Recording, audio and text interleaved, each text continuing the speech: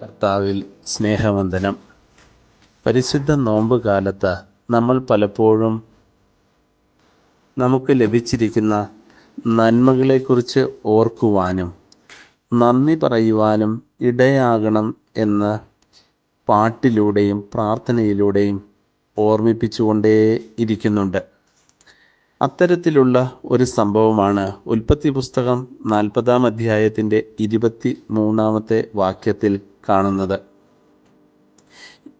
യൗസേപ്പ് സ്വപ്നത്തിൽ കണ്ട കാര്യങ്ങളെ 2 ആളുകളോട് അറിയിച്ചു. ഒരുവന് നന്മ ലഭിക്കുമെന്നും ഒരുവന് പ്രശ്നമുണ്ടാകുമെന്നും.